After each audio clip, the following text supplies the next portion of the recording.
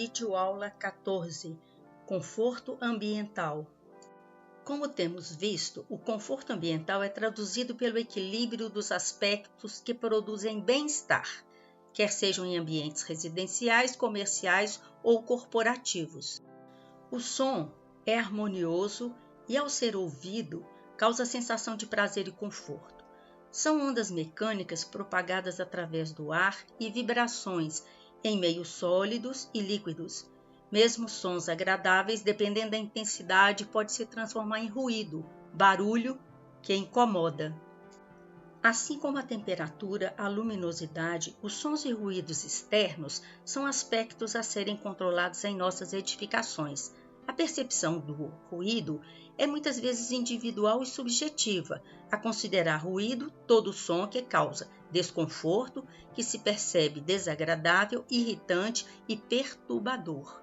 No âmbito das aglomerações urbanas, a vegetação arbórea densa é um fator de controle do microclima, da poluição do ar, da absorção da incidência solar excessiva e dos ruídos que alteram o humor, a tranquilidade, serenidade, a comunicação, a produtividade e a saúde dos moradores, que muitas vezes não se apercebem de sua influência no cotidiano, por estarem adaptados e acostumados. Os ruídos, quando em níveis elevados e intermitentes, são agressivos e seu impacto pode causar problemas psicológicos, de equilíbrio, lesões físicas do aparelho auditivo e acidentes devido ao descontrole, mas, ao serem percebidos, induzem a busca de soluções imediatas. Mas, ruídos, quando em níveis toleráveis, mas constantes, não perceptíveis de imediato, sobrecarregam a audição e ao longo do tempo vão causando descontroles psíquicos, minando a concentração, a produtividade, trazendo consequências fisiopsicológicas.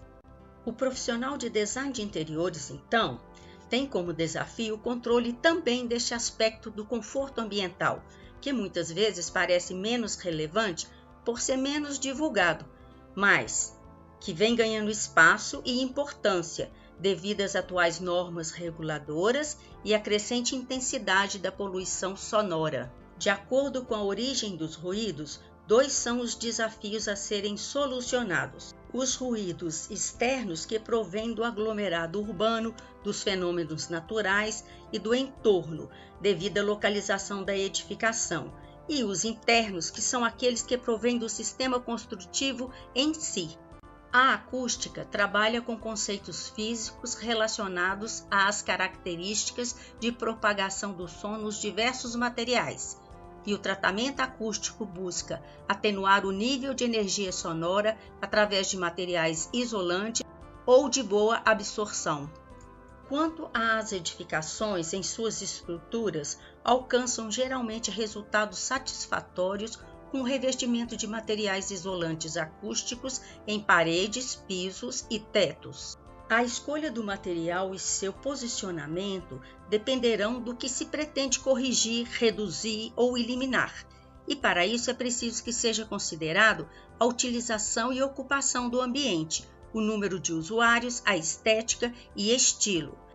Há de se considerar também o tempo de reverberação no ambiente, isto é, o reflexo das ondas sonoras nas paredes, pisos e tetos, que pode transformar o som em ruído, impossibilitando boa comunicação. Para tratamento acústico, a indicação do material vai depender da ocupação do ambiente. A superfície do material é que o define como absorvente ou refletor das ondas sonoras. Então, quanto mais denso e lisos, mais refletem o som. Quanto mais leves e porosos, absorvem o som.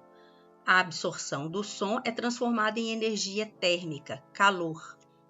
Estes materiais podem ser classificados em 4 categorias e apresentam as seguintes características. Refletores. São materiais de revestimento com superfície lisa, como cerâmicas, porcelanatos, refletem o som, propagando sua extensão pelo ambiente. Absorventes são materiais leves e de baixa densidade, como manta de poliuretano e poliéster, lã de vidro, isopor, painéis de cortiça, feltro, carpetes, tecido grosso como cortinas. Não deixam o som passar de um ambiente para o outro, absorvem a reverberação e o efeito eco. Painéis suspensos no teto direcionando o som são muito utilizados em auditórios. Isolantes são materiais sólidos e densos, com ação de bloqueio na transferência de ruído de um ambiente para o outro, como tijolos, pedras, gesso, madeira e vidro.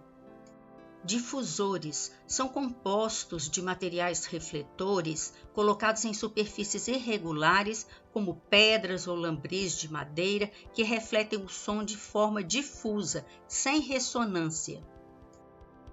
Quando o ruído externo é insuportável, pode-se usar as paredes externas da edificação como barreiras de proteção. Uma prática eficiente é construir uma parede de drywall paralela à existente com um afastamento de 5 centímetros entre elas, preenchido com material isolante, lã de vidro, lã de rocha, por exemplo. Entretanto, se as aberturas não forem devidamente tratadas no aspecto acústico, o problema da transmissão de ruído externo persistirá. Na melhoria da performance técnica, o uso de vidros duplos ou vidros termoacústicos em janelas e portas é uma boa solução. O benefício pode ser potencializado utilizando vidros mais espessos e laminados e de diferentes espessuras, pois isso auxilia na quebra da onda sonora no momento da transmissão dos diferentes ruídos, desde que as esquadrias sejam vedadas com elementos como espuma de poliuretano, por exemplo. A criação de obstáculos externos, barreiras de proteção, muros, paredes ou painéis absorventes são eficientes na minimização dos ruídos urbanos, evitando que raios sonoros atinjam a edificação. Quanto ao ruído interno provindo da própria edificação, o revestimento de paredes, pisos, lajes e forros pode produzir grandes benefícios no conforto acústico, aliado ao mobiliário. Muitas vezes o próprio deslocamento no ambiente produz ruído de impacto. Outro aspecto a ser observado são os equipamentos de lavanderia, cozinha, banhos com banheiros de hidromassagem e sistemas de ventilação forçada, que além do ruído podem provocar vibrações. Nestes casos, silenciadores na saída do ar e apoio antivibratório com regulação do nivelamento para melhor se adequar ao piso reduzem ou eliminam a fonte do ruído. Em edificações de prédios de uso multifamiliar, aí sim o problema é sério, quando o som transmitido de outra unidade familiar ou de áreas comuns se transforma em ruído desagradável e perturbador. Se a edificação tiver sido construída com materiais de qualidade e com as dimensões dentro dos padrões que permitam o isolamento acústico entre unidades, a interferência de uma unidade para a outra é minimizada. Em caso contrário, por sinal, frequente em nosso cotidiano, as perturbações dos ruídos transmitidos pelas outras unidades devem ser tratadas com todo o recurso acústico disponível, piso, parede, teto e aberturas, a fim de evitar danos maiores. Quanto às paredes já construídas, essas não representam grandes problemas na transmissão de ruídos, porque apresentam, de modo geral, bom isolamento acústico, mesmo sendo drywall. Quanto aos forros, o melhor isolamento é obtido com lajes maciças, mas quando o ambiente é forrado de PVC, madeira, forro não isolante, e vai permanecer assim, o que se pode fazer para amenizar a transmissão de ruídos é colocar uma manta absorvente acústica sobre ele, sabendo que não será uma solução satisfatória. O rebaixamento com placas isolantes ou com gesso já alcança bons índices de isolamento acústico por ser um material mais denso, principalmente se o ruído for de impacto e vir do pavimento superior.